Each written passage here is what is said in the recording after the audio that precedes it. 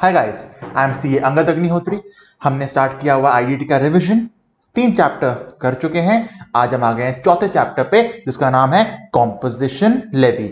और जैसे मैं आपको पहले 3 वीडियो से बोल रहा हूं, फिर बोलूंगा थैंक यू वेरी मच। आपका फीडबैक बहुत अच्छा लग रहा है, मुझे बहुत मोटिवेट कर रहा है क्योंकि दिख रहा है मुझे कि आपको अच्छी लग रही है वीडियोस और साथ ही साथ आप लोग एमसीक्यू भी सॉल्व कर रहे हो क्योंकि बच्चे मुझसे क्वेरीज पूछ रहे हैं। इस व्हाट्सएप नंबर पे या इस मेल आईडी पे मैं रिप्लाई कर रहा हूं तो मुझे पता लग रहा है कि जो मेरा मोटिव था इन वीडियोस को कराने का, आप तक पहुंचाने का, वो डिलीवर हो पा रहा है क्योंकि आप ना सिर्फ एंजॉय कर रहे हो वीडियोस को, आपको समझ भी आ रही है, आप प्रैक्टिस भी कर रहे हो क्वेश्चंस की। और जैसे मैंने आपको गारंटी दी हुई है, अगर इन सारी वीडियोस को 2 बार आपने देख लिया और इन एमसीक्यू क्वेश्चंस को 2 बार आपने कर लिया, आपका पास होना गारंटीड है बच्चे।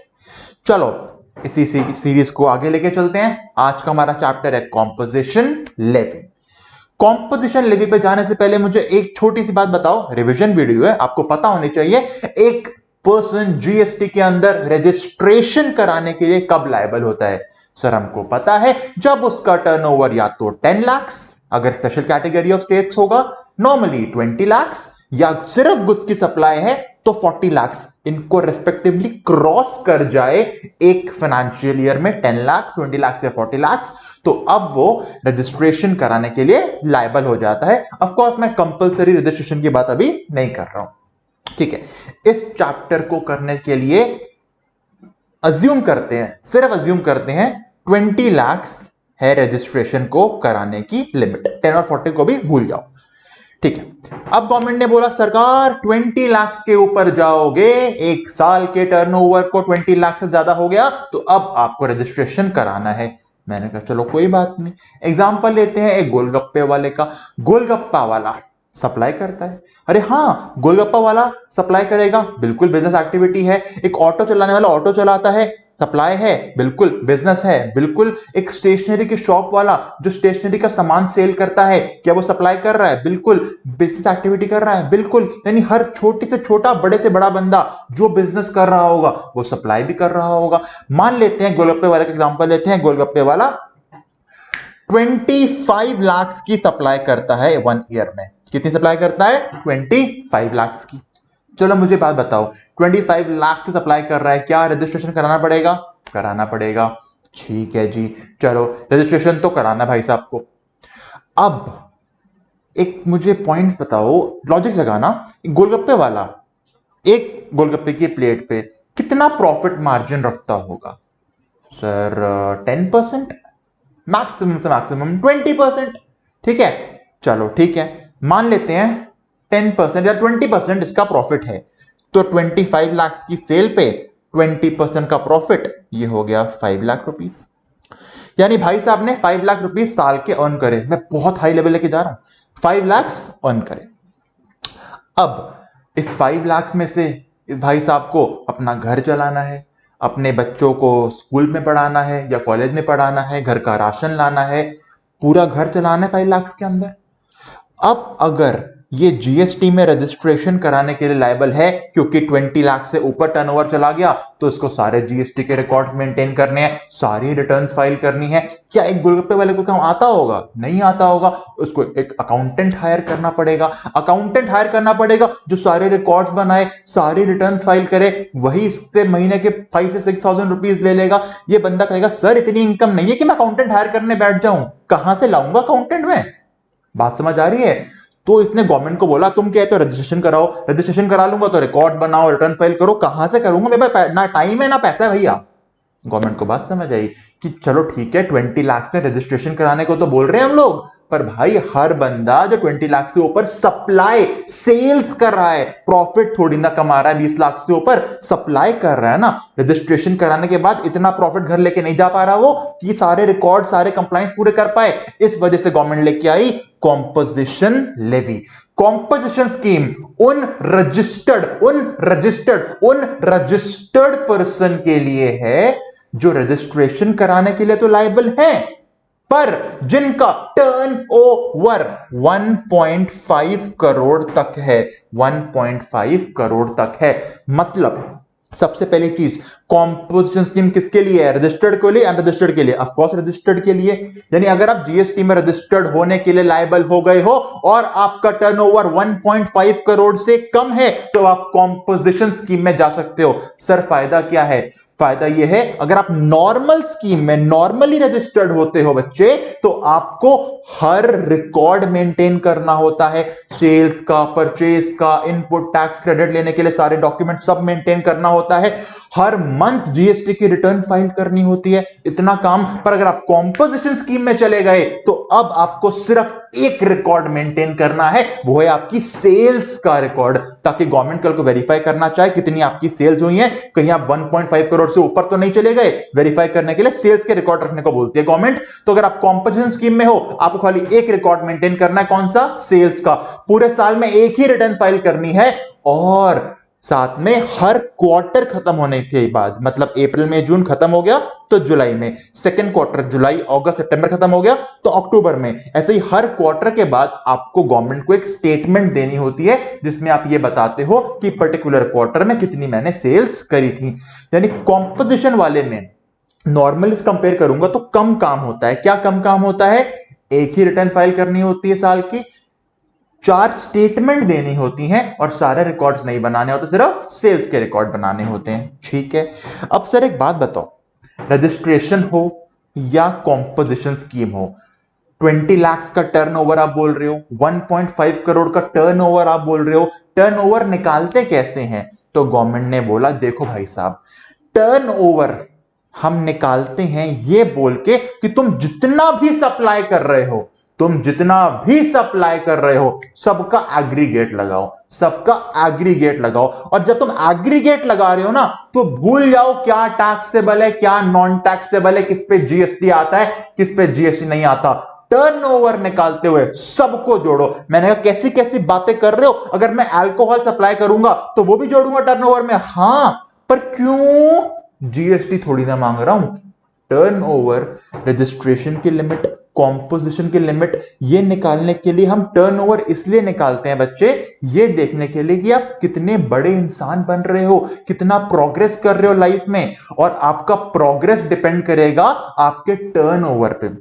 ठीक है, आपने अल्कोहल बना के सेल किया, उस पे जीएसटी नहीं आता, कोई दिक्कत नहीं है, पर अल्कोहल सेल कर रहे हो तो आप इंसान तो बड़े बन रहे हो, पैसे तो ज्यादा अर्न कर रहे हो ना आप।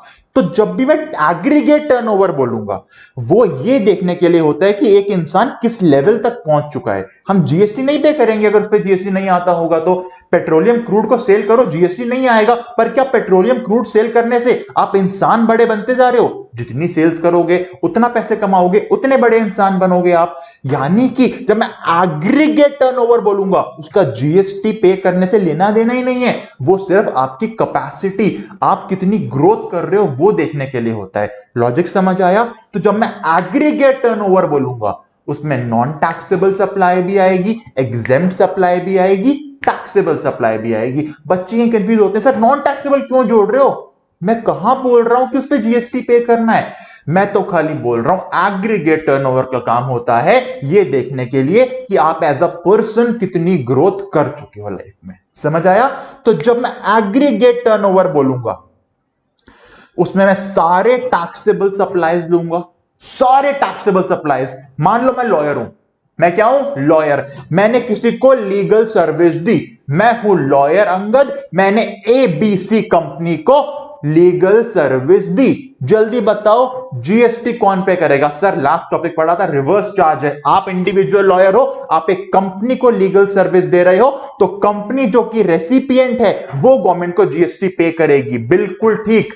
पर अब मुझे यह बताओ, मैं अगर लीगल सर्विस दे रहा हूं, ठीक है जीएसटी सामने वाला बंदा गवर्नमेंट को देगा, पर क्या मेरी सेल्स नहीं, मेरा टर्नओवर नहीं हो रहा? टर्नओवर तो हो रहा है, पैसे तो अर्न कर रहे हो। बिल्कुल। तो जब मैं अपना एग्रीगेट टर्नओवर निकालूंगा, उसमें ये वाली सप्लाई भी लेनी पड़ेगी मुझे जिसपे जीएसटी सामने वाला गवर्नमेंट को दे रहा है। मैं कहता हूं एग्रीगेट टर्नओवर को जीएसटी से मतलब ही नहीं है, ये तो खाली बताएगा कितने बड़े इंसान बनते जा रहे हो सर। और इसमें नॉन टैक्सेबल करो, टैक्सेबल करो, एग्जेम्प्ट करो या रिवर्स चार्ज वाली सप्लाई करो, सबका टोटल लगा जाएगा।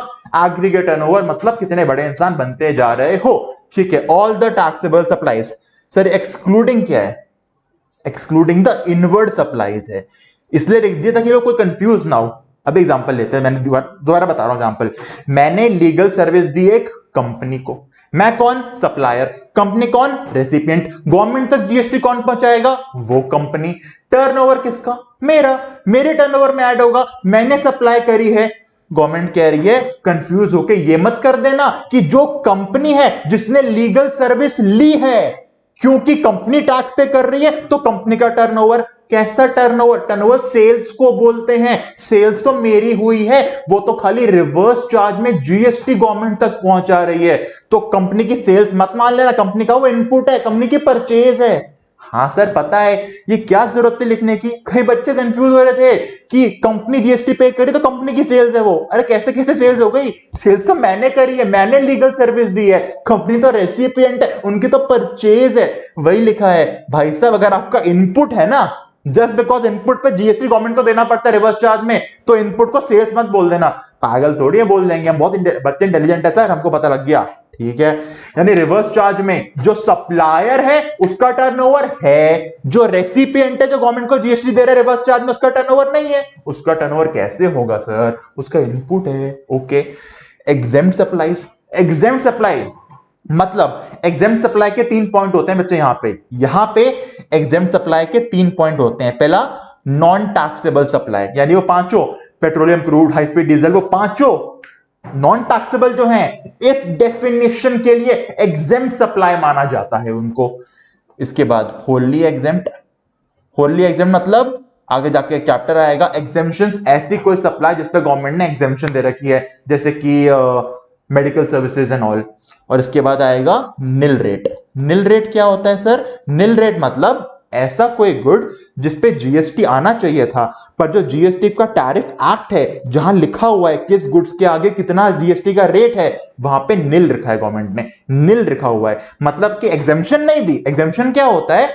मान लो पेन है, मान लो पेन के ऊपर जीएसटी का रेट 12% का है, गवर्नमेंट ने एक नोटिफिकेशन निकाली कि आज से पेन पे जीएसटी एग्जेम्प्ट करा जा रहा है, तो एक्ट, टैरिफ एक्ट के अंदर 12% लिखा होगा, बस नोटिफिकेशन आगे एग्जेम्पशन है तो एग्जेम्पशन दे दी है।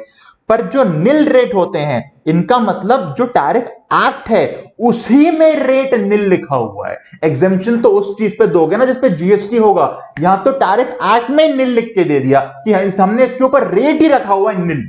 ठीक है, ओके सर। यानी एग्जेम्प्ट सप्लाई के होते हैं 3 पार्ट्स। नॉन टैक्सेबल एग्जेम्प्ट कहलाया जाएगा इस डेफिनेशन के लिए, होली एग्जेम्प्ट एग्जेम्प्ट कहलाया जाएगा इस डेफिनेशन के लिए, और निल रेट वाले भी एग्जेम्प्ट कहलाए जाएंगे इस डेफिनेशन के लिए। क्या है, जब मैं एग्रीगेट टर्नओवर निकाल रहा हूं, मैं सारा टैक्सेबल भी लूंगा, मैं सारा निल भी लूंगा, सारा होली एग्जेम्प्ट भी लूंगा और सारा नॉन टैक्सेबल भी लूंगा। टर्नओवर निकाल रहा हूं ना, जीएसटी से मतलब ही नहीं है, सबको जोड़ो। अगला, export of goods and services. अगर मैं कुछ एक्सपोर्ट कर रहा हूं, माना जीएसटी नहीं आ रहा होगा, पर क्या एक्सपोर्ट पे टर्नओवर हो रहा है, मेरा सेल्स हो रही है, बिल्कुल हो रही है, तुम्हारे टर्नओवर में जोड़ा जाएगा। और बच्चे एक्सपोर्ट को बोलते हैं जीरो रेट सप्लाई। ये बात ध्यान रखना, एक्सपोर्ट को क्या बोलते हैं? Zero rate supply. यहां एग्जेम्प्ट के अंदर क्या था? निल रेट। फर्क समझो, निल रेट मतलब वो प्रोडक्ट्स जिसका टैरिफ रेट एक्ट के अंदर ही जीरो, निल लिखा हुआ है, निल लिखा हुआ है। जीरो रेट मतलब एक्सपोर्ट कर रहे हो उस चीज को जीरो रेट बोला जाता है, क्योंकि जिसका लॉजिक है, जब आप कुछ चीज एक्सपोर्ट करते हो, गवर्नमेंट आपको इतना इंसेंटिव दे देती है कि आपका बर्डन जीरो बन जाता है। ये लॉजिक है। तो अब याद रखो, एग्जेम्प्ट सप्लाई में क्या आता है? Nil rate. और जीरो रेट किसे बोलते हैं? एक्सपोर्ट्स को बोलते हैं। और last, inter state supply having the same PAN. Last to last chapter पढ़ा था डीडीपी वाला पॉइंट, वो भी आएगा। मतलब अगर मैं स्टॉक ट्रांसफर भी कर रहा हूं अपने ही किसी यूनिट को, वो भी मेरे टर्नओवर में ऐड होगा। ठीक है, ये थी आपकी एग्रीगेट टर्नओवर की डेफिनेशन। मैंने कहा ना, एग्रीगेट टर्नओवर मतलब सब कुछ जोड़ दो, जितना भी सप्लाई करते हो, देखो ही मत कि वो एग्जेम्प्ट है, टैक्सेबल है, जीरो रेट यानी एक्सपोर्ट है, सब कुछ जोड़ो। हम टर्नओवर देखते हैं आपकी कैपेसिटी देखने के लिए। हो सकता है कईयों पे जीएसटी ना आए, नॉन टैक्सेबल पे जीएसटी नहीं आता, एग्जेम्प्ट पे जीएसटी नहीं आता, तो मैं जीएसटी कहां निकाल रहा हूं? मैं तो खाली बता रहा हूं टर्नओवर कैसे निकलता है। इतना समझ आया?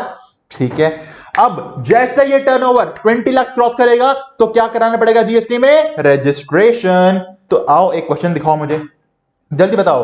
टर्नओवर दिल्ली में है 21 लाख का, क्या मैं कराऊंगा रजिस्ट्रेशन? बिल्कुल कराना पड़ेगा। ओके, अगला बताओ। टर्नओवर दिल्ली में है 20 लाख, हरियाणा में भी 20 लाख, सर अलग अलग 20 क्या एग्रीगेट करना पड़ेगा? बिल्कुल एग्रीगेट। टर्म क्या है? Aggregate turnover, India wide. Chak De India देखिए ना, स्टेट के नाम ना सुनाई देते हैं ना दिखाई देते हैं, मुझे सिर्फ एक ही नाम सुनाई देता है, इंडिया। तो पूरे इंडिया का टर्नओवर ऐड करो, 20 40 लाख। क्या ये 20 लाख क्रॉस कर गया? हाँ। तो कराना रजिस्ट्रेशन? हाँ। कहां पे? हर स्टेट में।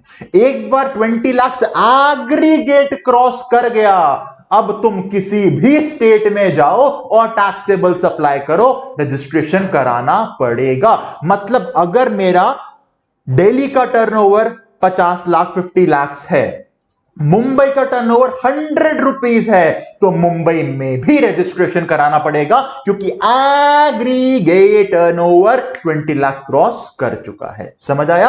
एग्रीगेट टर्नओवर देखते टाइम स्टेट के नाम नहीं देखने, क्या देखना? इंडिया। 20 लाख क्रॉस कर गया, उसके बाद तुम किसी भी स्टेट में कुछ भी करो, चाहे 100 रुपए कमाओ चाहे 1000 रुपीज कमाओ, अब वहां पे जीएसटी रजिस्ट्रेशन कराना पड़ेगा। Okay sir.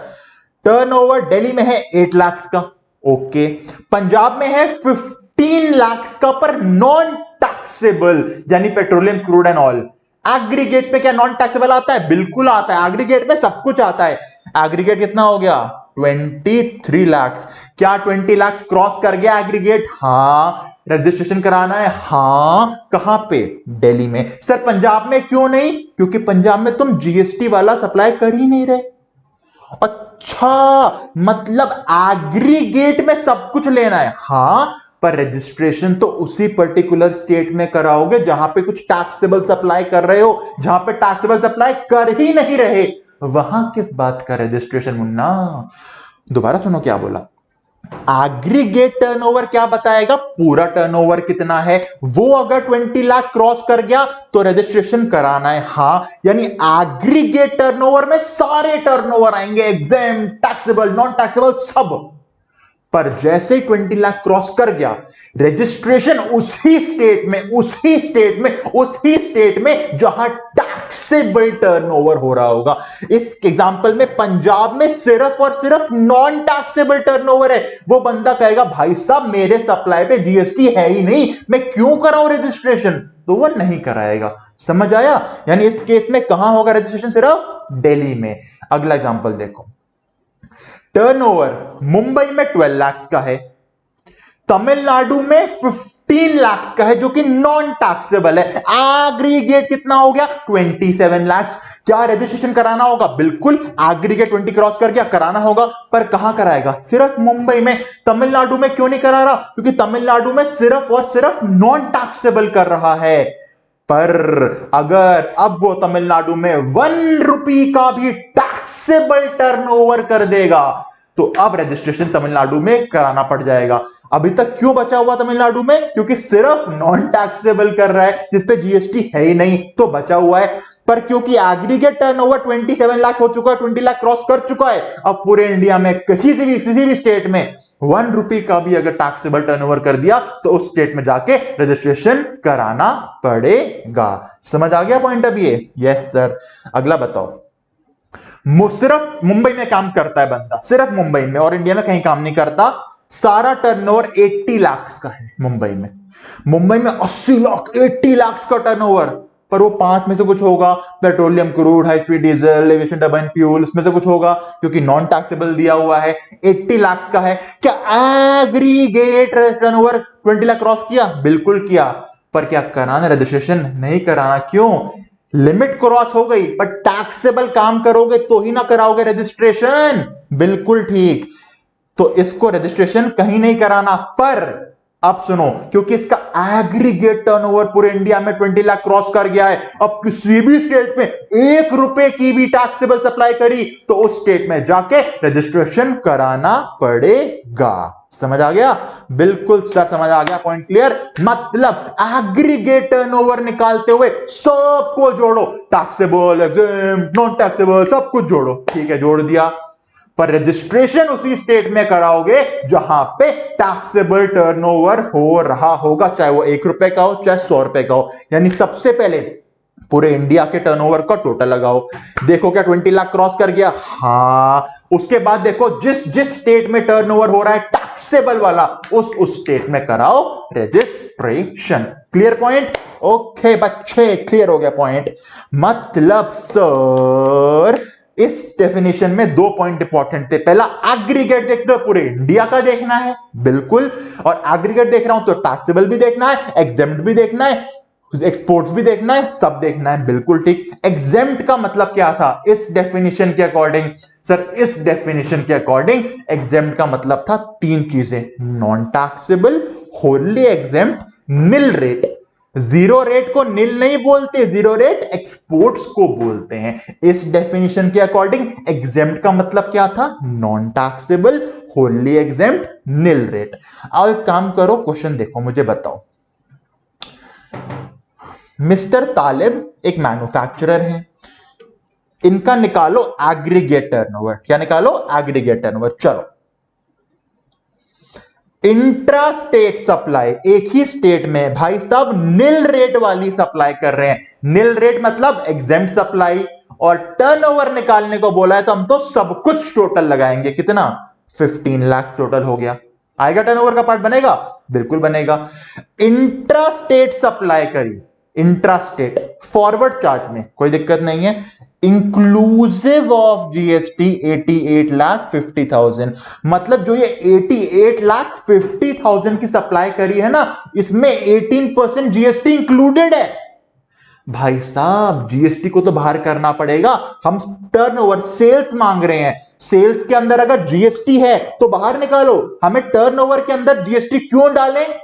टर्नओवर के अंदर जीएसटी क्यों डालें? वरना तो जल्दी 1.5 करोड़ पहुंच जाएगा। जीएसटी को बाहर निकालो, हमें खाली टर्नओवर चाहिए, सिर्फ टर्नओवर चाहिए। इसीलिए डेफिनेशन बोला था, एक्सक्लूड्स सारे तरह के जीएसटी। सीजीएसटी बाहर करो, एसजीएसटी बाहर करो, यूटी बाहर करो, आईजी बाहर करो, सिर्फ टर्नओवर चाहिए, जीएसटी नहीं चाहिए। तो 88,50,000 में से हमने डिवाइड किया 118% से, ये आ गया 75 लाख। हमारे काम में कितना? 75 लाख। तो हमारा टर्नओवर, सॉरी 15 लाख बन चुका है, 75 लाख बन चुका है। अगला पढ़ते हैं, इनवर्ड सप्लाई। इनवर्ड मैंने इनपुट लिया जिसमें मुझे रिवर्स चार्ज में गवर्नमेंट को जीएसटी पे करना है। इनपुट लिया ना, परचेज है, सेल्स थोड़ी है। सामने वाले का बनेगा टर्नओवर, जिसने मुझे सप्लाई करी है। मैं तो खाली आरसीएम में गवर्नमेंट को जाके टैक्स पे कर रहा हूं, मेरा तो इनपुट है, ये मेरा टर्नओवर नहीं है, सामने वाले का बनेगा। अगला, इंट्रास्टेट सप्लाई मैंने करा एग्जेम्प्ट गुड्स का, मैंने ऐसे गुड्स की सप्लाई करी जो एग्जेम्प्ट है। क्या एग्रीगेट टर्नओवर में आएगा? सब आता है, ये भी आएगा। 9 लाख आ गया पूरा पूरा। अगला, इंटरस्टेट, मैंने एक स्टेट से दूसरी स्टेट सप्लाई करी जिसपे आईजीएसटी 12% का इंक्लूडिंग है। यानी जो मैंने 16,80,000 की सप्लाई करी है, इसमें 12% जीएसटी ऑलरेडी है, तो जीएसटी को बाहर निकालो, हमें काली टर्नओवर चाहिए। तो कैसे करूंगा? Amount divide by 100 plus rate. क्या बना formula? Amount divide by 100 plus rate. Amount कितना है? 16,80,000 डिवाइडेड बाय 100 प्लस 12, 112%। डिवाइड किया, ये आ गया 15 लाख। ये भी मेरा टर्नओवर में ऐड हो जाएगा। Last point, inter state supply, अपने ही establishment under same PAN DDP को मैंने सप्लाई करा, ये भी आता है टर्नओवर में। सप्लाई तो टर्नओवर में सब कुछ आएगा। कितना? 11,20,000, ये भी इंक्लूडिंग जीएसटी है 12%। अब जीएसटी को बाहर कैसे निकालूंगा? Amount divide by 100 plus rate. Amount कितना? 11,20,000 डिवाइड बाय 100 प्लस 12, 112%। डिवाइड कर दिया, आ गया 10 लाख। सबका टोटल लगाया, ये आ गया 1,24 लाख। सिंपल, 1,24 लाख निकल गया मेरा। यही निकालना था एग्रीगेट टर्नओवर, निकाल दिया। क्लास के स्टार्टिंग में आओ वापस, कहा था मैंने 20 लाख क्रॉस कर गया तो रजिस्ट्रेशन कराना जरूरी है। अब अगर कोई कॉम्पोजिशन में जाना चाहे तो उसके लिए लिमिट होती है 1.5 करोड़। यानी जब तक आपका टर्नओवर 1.5 करोड़, 1.5 करोड़ तक होता है, तब तक आप कॉम्पोजिशन में रह सकते हो। एक बार टर्नओवर 1.5 करोड़ क्रॉस कर गया, अब आपको कॉम्पोजिशन से निकल के बाहर आना पड़ेगा। हमारा अभी साल कौन सा चल रहा है? 2021 चल रहा है सर। तो इस साल 2021 में मुझे कॉम्पोजिशन मिलेगा या नहीं मिलेगा, यह देखने के लिए पिछले साल का टर्नओवर देखा जाता है कि अगर 2021 में मुझे कॉम्पोजिशन मिलेगा या नहीं मिलेगा, इसके लिए 2020 लास्ट ईयर का टर्नओवर देखा जाएगा। अगर वो टर्नओवर 1.5 करोड़ तक था एग्रीगेट इंडिया का, तो इस साल मैं कॉम्पोजिशन ले सकता हूं, ऑप्शन है ले सकता हूं। पर अगर मेरा लास्ट ईयर का टर्नओवर 1.5 करोड़ से ऊपर चला गया था, क्रॉस कर गया था, तो इस साल मैं कॉम्पोजिशन स्कीम नहीं ले सकता। यानी कॉम्पोजिशन स्कीम लेने की लिमिट कितनी है, 1.5 करोड़। इस साल मुझे कॉम्पोजिशन मिलेगा या नहीं मिलेगा, ये डिपेंड करता है मेरे लास्ट ईयर के टर्नओवर पे। इतना क्लियर हुआ? और डीप में जाएंगे इसके ऊपर अभी। चलो अगला बताओ मुझे। अक्षता ट्रेडर्स 5 आउटलेट है 5 सिटीज में, अलग अलग शहरों में काम करती है। कह रहे बताओ निकालो एग्रीगेट टर्नओवर। दिल्ली में इतना, गुड़गांव में इतना, जयपुर इतना, मुंबई इतना, बिहार इतना। Sir aggregate turnover state wise निकलता है? नहीं, एग्रीगेट टर्नओवर इंडिया वाइड निकलता है। सिटी के नाम, स्टेट के नाम सुनाई नहीं देते, एक ही नाम सुनाई देता है, क्या? इंडिया।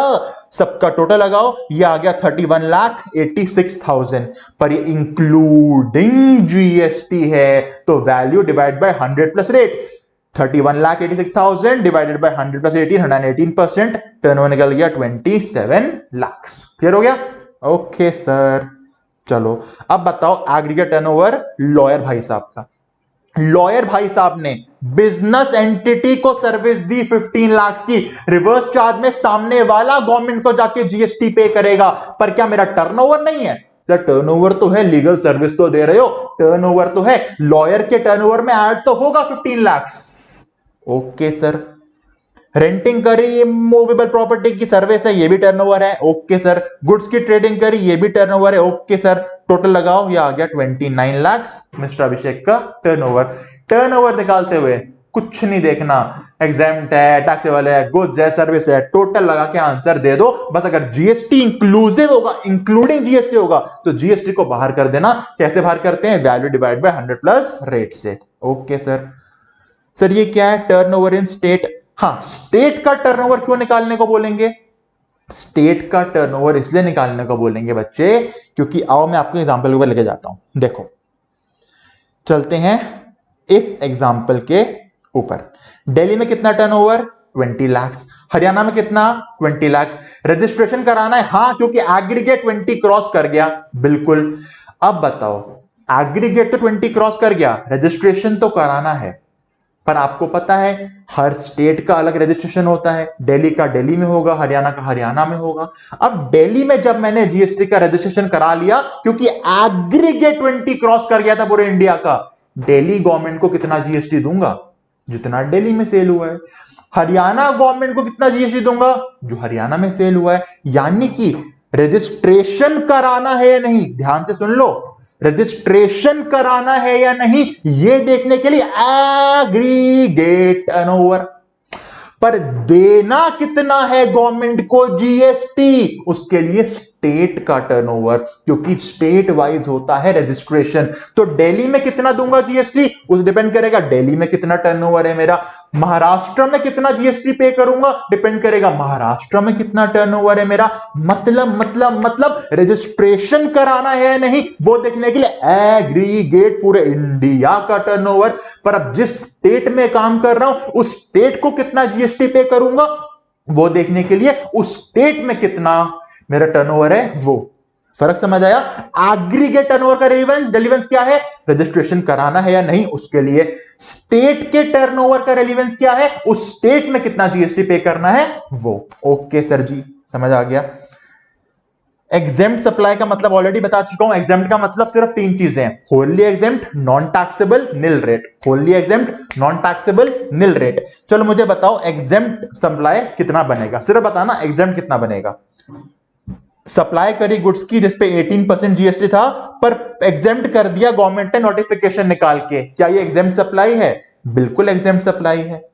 एग्जेम्प्ट में खाली 3 चीज पकड़ना बच्चे, होली एग्जेम्प्ट, निल रेट, नॉन टैक्सेबल। सप्लाई किया गुड्स का जिसका रेट ही निल है, क्या ये एग्जेम्प्ट है? बिल्कुल एग्जेम्प्ट है। एग्जेम्प्ट का मतलब होली एग्जेम्प्ट, नॉन टैक्सेबल, निल। अगला, सप्लाई किया सर्विसेज का for exports way rate is zero. क्या जीरो रेट सप्लाई एग्जेम्प्ट होती है? नहीं, एग्जेम्प्ट में खाली तीन चीजें आती हैं। क्या क्या? होली एग्जेम्प्ट, नॉन टैक्सेबल, निल। और ना तो एक्सपोर्ट्स होली एग्जेम्प्ट है, ना तो एक्सपोर्ट्स नॉन टैक्सेबल है, ना ही एक्सपोर्ट्स निल है। तो ये एग्जेम्प्ट सप्लाई नहीं कहलाया जाएगा डेफिनेशन के अकॉर्डिंग।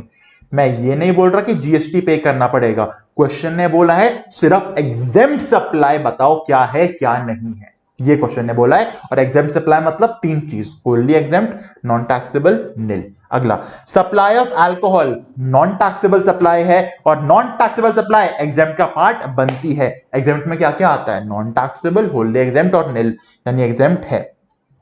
सप्लाई ऑफ गुड्स जिसपे 12% जीएसटी था पर पार्टली एग्जेम्पशन दे दी, मतलब गवर्नमेंट ने बोला 12 की बजाय चलो 9% टैक्स पे कर दो, चलो 7% टैक्स पे कर दो, चलो 2% टैक्स पे कर दो, पर ये एग्जेम्प्ट नहीं कहलाया जाएगा। एग्जेम्प्ट तभी कहलाया जाता अगर तीन चीजें बनती, नॉन टैक्सेबल, होली एग्जेम्प्ट, पूरा एग्जेम्प्ट या निल रेट, तो ये भी एग्जेम्प्ट नहीं है। अगला, गुड सप्लाई करे under composition scheme. Sir composition scheme में सप्लाई कर रहे हो, ना तो बोला है एग्जेम्प्ट, ना बोला है नॉन टैक्सेबल, ना बोला है निल, तो ये भी एग्जेम्प्ट नहीं है।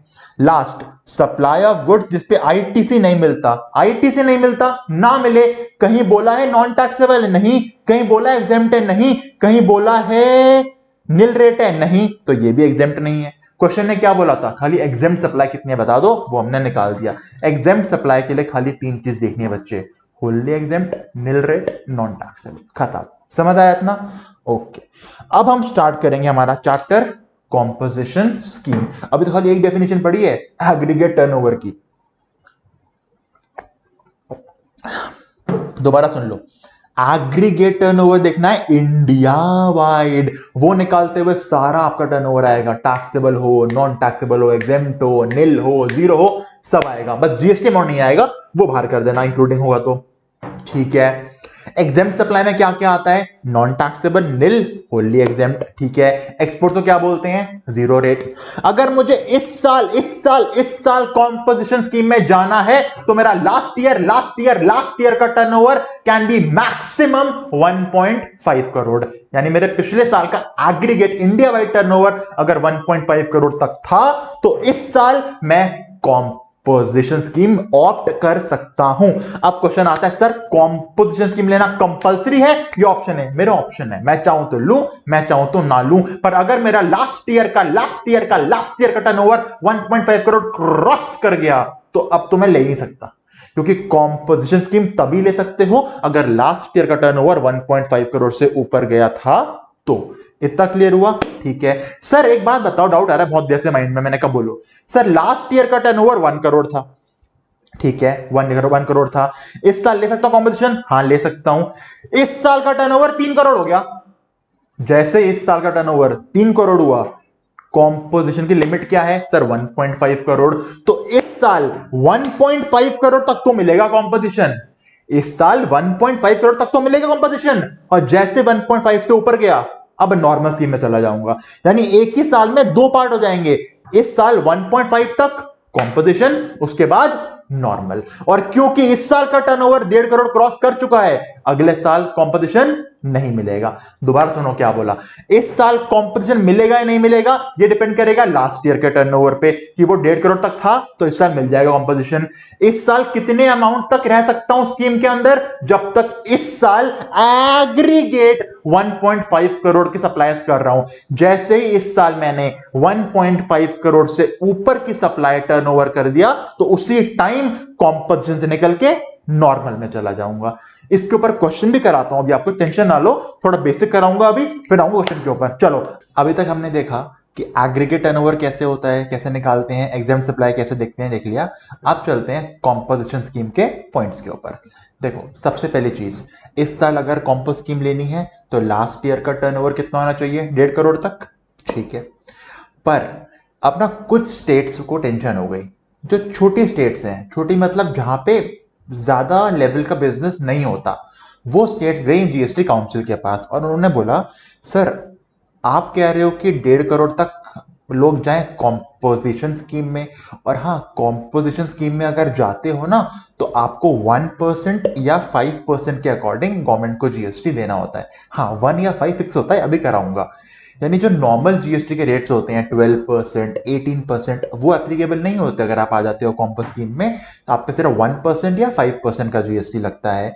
तो अब जो छोटी स्टेट्स थी जिनका टर्नओवर होता ही कम है, वो कहते हैं कि सर हमारे पास गिने चुने तो बिजनेसमैन हैं जो अच्छा काम करते हैं, अब उसमें से भी अगर हम 1.5 करोड़ तक 1% या 5% का टैक्स लेंगे, हम चलाएंगे कैसे अपनी इकोनॉमी, अपनी स्टेट। तो वो स्टेट कौन सी थी? अरुणाचल प्रदेश, मणिपुर, मेघालय, मिजोरम, नागालैंड, सिक्किम, त्रिपुरा, उत्तराखंड, असम, हिमाचल, जम्मू। इन्हें कहा जाता है special category of states. Special क्यों? क्योंकि इनके लिए स्पेशली अलग रूल्स होते हैं।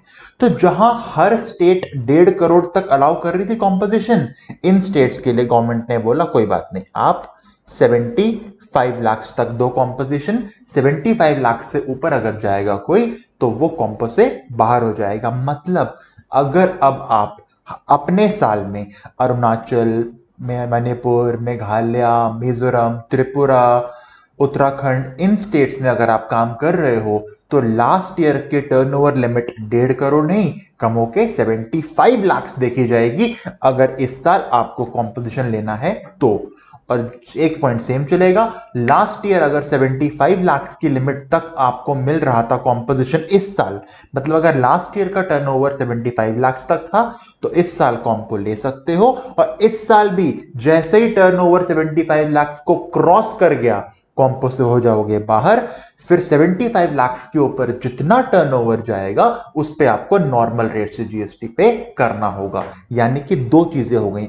अगर आप नॉर्मल स्टेट हो, दिल्ली, महाराष्ट्र, तमिलनाडु, हरियाणा, तो लास्ट ईयर टर्नओवर अगर 1.5 करोड़ तो होगा, तो इस साल कॉम्पो ले सकते हो। और इस साल 1.5 करोड़ तक कॉम्पो में रहोगे, उसके ऊपर टर्नओवर चला गया तो अब नॉर्मली टैक्स पे करना पड़ेगा। और अगर आप स्पेशल कैटेगरी ऑफ स्टेट हो, तो लास्ट ईयर 75 लाख तक का टर्नओवर होना चाहिए कि इस साल एलिजिबल हो कॉम्पो लेने के लिए। और इस साल भी 75 लाख तक रहोगे कॉम्पो स्कीम के अंदर, और 75 लाख से ऊपर अगर टर्नओवर गया तो स्कीम से हो जाओगे बाहर। फिर अब आपको नॉर्मली टैक्स पे करना पड़ेगा। इतना क्लियर हुआ? ठीक है। अब क्वेश्चन आता है, सर इस साल मैं 3 स्टेट्स में काम करता हूं, 2 नॉर्मल दिल्ली और हरियाणा, और 1 मणिपुर स्पेशल। अब क्या करूं? मैं नॉर्मल में भी काम कर रहा हूं, स्पेशल में भी काम कर रहा हूं। तो यहां गवर्नमेंट कहती है अगर आप एक भी स्पेशल स्टेट में काम कर रहे हो, तो अब आप 1.5 करोड़ भूल जाओ, अब आपकी एग्रीगेट लिमिट 75 लाख से रहेगी। मतलब अगर आप एक भी स्पेशल स्टेट में आ गए, तो 1.5 करोड़ को भूल जाओ, अब 75 लाख ही रहेगा ओवरऑल इंडिया में। यह बात याद रखना। ठीक है। अब हुआ क्या, गवर्नमेंट ने इन स्टेट्स के लिए 75 लाख तो कर दिया, पर 3 स्टेट्स जो स्पेशल थी, उन्होंने बोला चाहे हम छोटे हो भाई साहब, पर हमारा दिल बहुत बड़ा है। पता है किस किस ने? जो मैंने एंड में लिखी हुई है, आसाम, हिमाचल, जम्मू एंड कश्मीर। आसाम, हिमाचल, जम्मू एंड कश्मीर, इन्होंने बोला चाहे हम छोटे हैं, हमारा दिल बड़ा है, चाहे हम स्पेशल है, हमें नहीं चाहिए स्पेशल ट्रीटमेंट, हम हमारे लोगों को 1.5 करोड़ तक की लिमिट देंगे। चाहो कॉम्पो में रहना है, नो 75 लाख, यस 1.5 करोड़। यानी एमसीक्यू बनता है, 3 ऐसी स्पेशल कैटेगरी ऑफ स्टेट्स हैं जो स्पेशल होने के बाद भी अपने लोगों को 75 लाख नहीं 1.5 करोड़ की लिमिट देती हैं। कौन कौन सी? असम, हिमाचल और जम्मू एंड कश्मीर। तो कॉम्पोजिशन के लिए 1.5 करोड़ में नॉर्मल तो सारी स्टेट्स आएंगी, दिल्ली, हरियाणा, महाराष्ट्र, तमिलनाडु, साथ साथ 3 और ऐसी स्टेट्स हैं जो 1.5 करोड़ में आती हैं। कौन कौन? असम, हिमाचल, जम्मू एंड कश्मीर। ठीक है। अब थोड़ा और पॉइंट्स आपको बताऊं मैं, अगर आपको कॉम्पोजिशन स्कीम के कुछ पॉइंट्स बताता हूं। नॉर्मली क्या होता है, मैं ये पेन अगर खरीदने जाता हूं, तो मैं पेन की वैल्यू देता हूं सप्लायर शॉपकीपर को, और इसका जीएसटी भी देता हूं शॉपकीपर को। मैं पेन लेके आ गया, रेसिपिएंट का काम खत्म। सप्लायर क्या करता है? सप्लायर पेन की वैल्यू अपनी पॉकेट में डालता है और जीएसटी गवर्नमेंट को डिपॉजिट करता है। यही होता है ना इनडायरेक्ट टैक्स। रेसिपिएंट अपना बर्डन शॉपकीपर को देता है, शॉपकीपर आगे ट्रांसफर करता है गवर्नमेंट को डिपॉजिट करके। पर क्योंकि आप कॉम्पोजिशन में हो, गवर्नमेंट आपसे कोई रिकॉर्ड तो मेंटेन कराती नहीं है, खाली सेल्स के रिकॉर्ड मेंटेन करने होते हैं। तो गवर्नमेंट ने बोला कॉम्पोजिशन वालों को, यार अगर तुम रेसिपिएंट से जीएसटी कलेक्ट करोगे और तुम कोई रिकॉर्ड मेंटेन नहीं कर रहे, तो हमें कैसे पता, गवर्नमेंट कह रही है, कि तुम कितना जीएसटी कलेक्ट कर रहे हो, कितना हमको पे कर रहे हो। तो क्योंकि कॉम्पोजिशन वाले कोई रिकॉर्ड्स नहीं बनाते, तो गवर्नमेंट ने बोला कॉम्पोजिशन वालों को, भाई साहब जो कॉम्पोजिशन के अंदर जीएसटी का रेट होगा ना 1% या 5%, बताऊंगा अभी, वो अपनी पॉकेट से जमा करना है गवर्नमेंट को अब। यानी कॉम्पोजिशन का बंदा रेसिपिएंट से कलेक्ट नहीं करता जीएसटी, जितनी सप्लाई करेगा उसका निकालेगा 1% या 5% और गवर्नमेंट को डिपॉजिट करेगा। एग्जाम्पल के लिए, कॉम्पोजिशन वाला सेलर अगर 1000 रुपीज की सेल करता है और अगर उस पर 1% का जीएसटी है, तो 1000 रुपीज का 1% 10 रुपीज खुद गवर्नमेंट को डिपॉजिट करेगा, रेसिपिएंट से नहीं लेगा। सेकेंड डिफरेंस नॉर्मल स्कीम में और कॉम्पो में, नॉर्मल स्कीम में इनपुट टैक्स का क्रेडिट मिलता है, पर क्योंकि कॉम्पोजिशन का बंदा कोई डॉक्यूमेंट्स ही नहीं बनाता, कुछ अपने पास रखता ही नहीं डॉक्यूमेंट्स, तो गवर्नमेंट हवा में थोड़ी दे देगी इनपुट का क्रेडिट, गवर्नमेंट अब इनपुट का क्रेडिट भी नहीं देगी। यानी दो चीजें हो गई, एक कॉम्पोजिशन वाला बंदा सामने वाले रेसिपिएंट से जीएसटी कलेक्ट नहीं कर सकता, अपनी पॉकेट से जमा करता है। सेकंड, कॉम्पोजिशन वाले बंदे को इनपुट टैक्स का क्रेडिट भी नहीं मिलता। ये दोनों ही चीजें चाहिए तो जाओ नॉर्मल स्कीम में, किसने मना किया है, करो सारे रिकॉर्ड्स मेंटेन। इतना समझ आया? ठीक है, अब चलते हैं थ्योरी पे। देखो, कॉम्पोजिशन स्कीम दो तरह की होती है, पहले मैं आपको कराता हूं सेक्शन 10 सबसेक्शन 1 वाली। 10 सबसेक्शन 1 वाली कॉम्पोजिशन स्कीम बेसिकली तीन लोगों के लिए है। एक, मैन्युफैक्चरर्स के लिए, मैन्युफैक्चर किसी भी चीज का करो, पेन, लैपटॉप, एसी, फ्रिज, जो बनाना है बनाओ, मैन्युफैक्चरर हो तो कॉम्पोजिशन ले सकते हो। सेकंड, ट्रेडर, मैं मैन्युफैक्चर तो नहीं करता, मैं ट्रेडिंग करता हूं, एसी खरीदा, सेल किया, लैपटॉप परचेज किया, सेल किया, पेन परचेज किया, सेल किया, मतलब मैं ट्रेडिंग कर रहा हूं गुड्स की। यानी मैन्युफैक्चरर किसी भी चीज का, ट्रेडर किसी भी चीज का, वो कॉम्पोजिशन में आ सकता है। अब बात आती है सर्विस प्रोवाइडर्स की, तो सर्विस प्रोवाइडर खाली एक ही कैटेगरी का, सिर्फ एक कैटेगरी का अलाउ किया गया है, वो है रेस्टोरेंट और केटरिंग वाला। अगर आप रेस्टोरेंट एंड केटरिंग की सर्विस देते हो तो आपको 10 सबसेक्शन 1 का कॉम्पोजिशन स्कीम मिल सकता है। पर रेस्टोरेंट एंड केटरिंग के अलावा कोई और सर्विस प्रोवाइडर हो, जैसे मैं एजुकेशन की सर्विस दे रहा हूं, कोई ऑटो ड्राइवर होगा तो ऑटो वाली सर्विस देगा, उन सब के लिए कॉम्पोजिशन स्कीम नहीं है। तो 10 सबसेक्शन 1 का कॉम्पोजिशन स्कीम सिर्फ तीन लोगों के लिए है, मैन्युफैक्चरर किसी भी चीज का, ट्रेडर किसी भी गुड्स का, पर सर्विस प्रोवाइडर कितना कवर्ड है, सिर्फ एक, कौन सा, रेस्टोरेंट और केटरिंग वाला। तो आप बताओ 10 सबसेक्शन 1 किसके लिए हुआ, गुड्स वालों के लिए हुआ या सर्विस वालों के लिए? सर गुड्स वालों के लिए हुआ, सर्विस तो एक ही कवर की है बस, बिल्कुल ठीक। अब बात करते हैं किस रेट से जीएसटी पे करना है, मैन्युफैक्चरर या ट्रेडर किसी भी गुड्स का 1% जीएसटी पे करता है, कितना, 1%। और जब मैं 1% जीएसटी बोल रहा हूं, इट मींस 0.5% सीजीएसटी, 0.5% एसजीएसटी।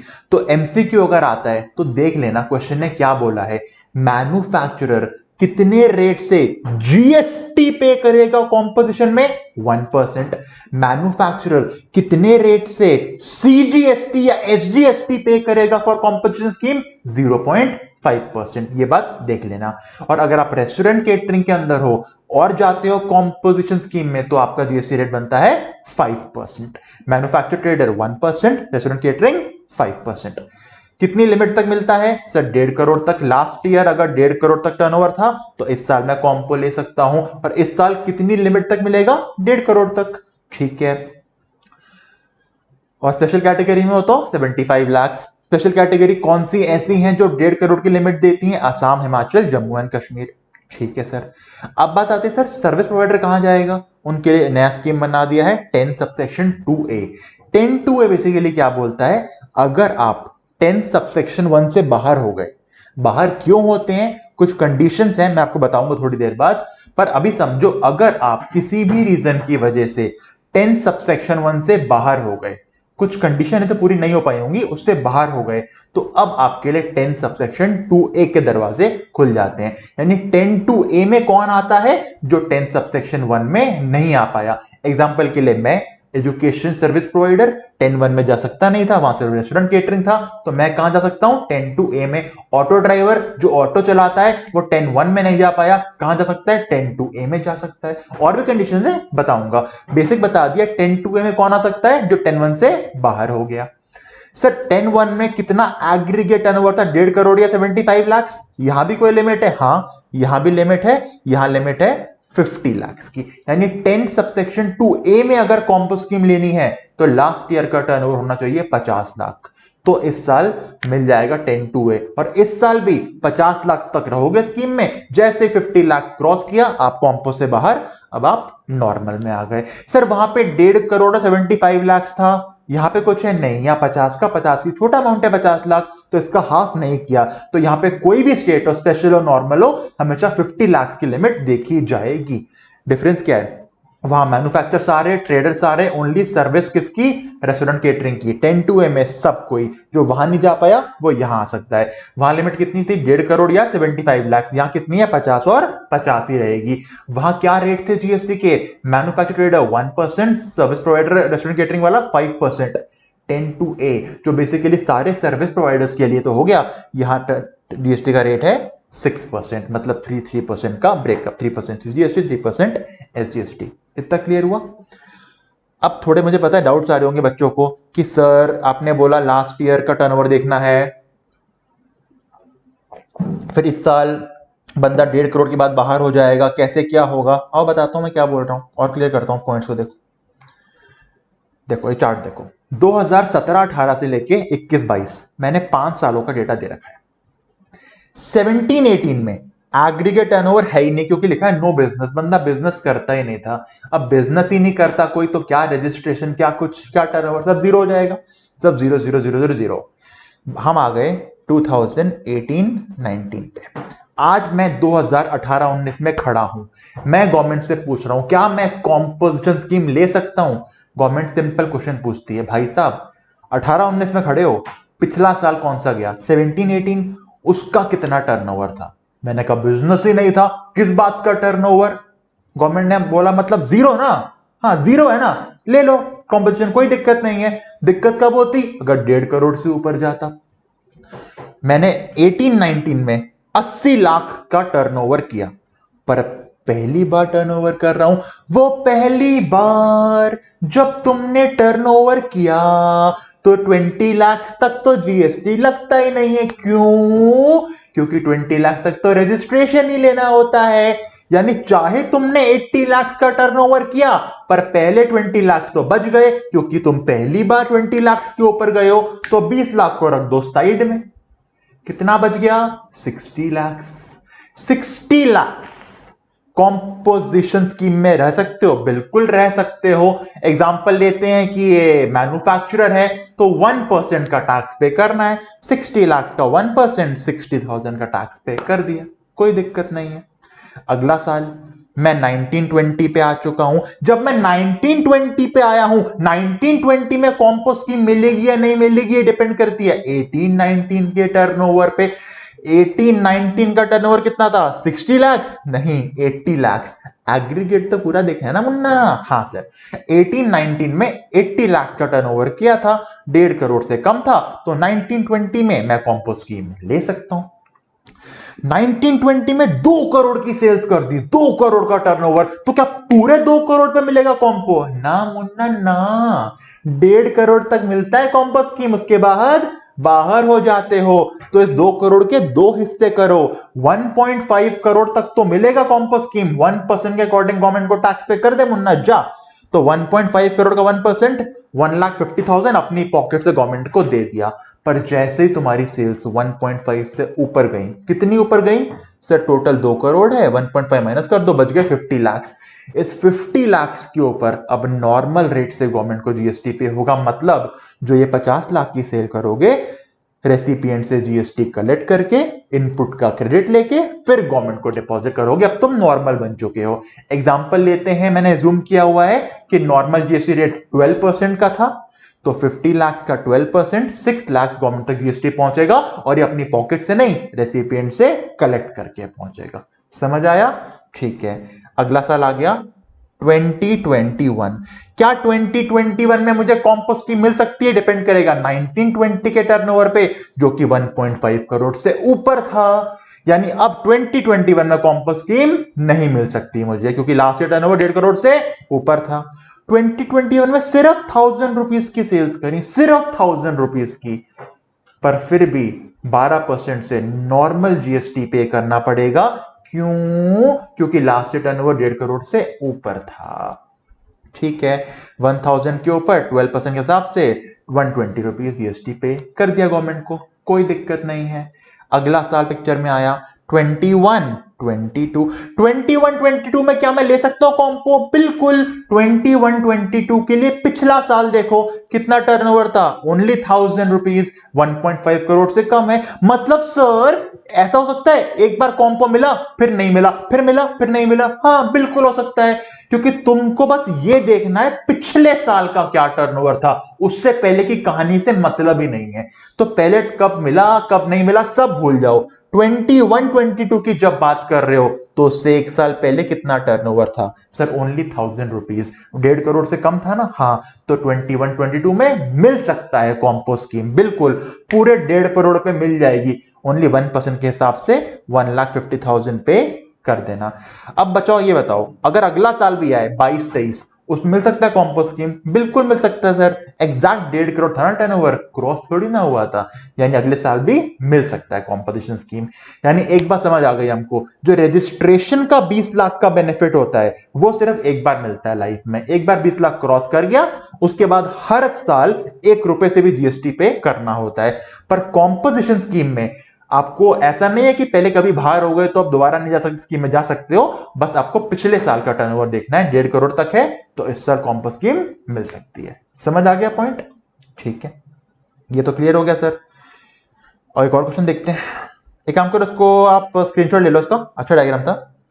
तब तक पानी भी लेता हूं मैं। सेकेंड केस देखो, लास्ट ईयर ये लिखा है प्रीवियस फाइनेंशियल ईयर, पिछले साल दिल्ली का टर्नओवर 40 लाख था, हरियाणा का 50 लाख था और महाराष्ट्र का 10 लाख था। टोटल कितना हो गया?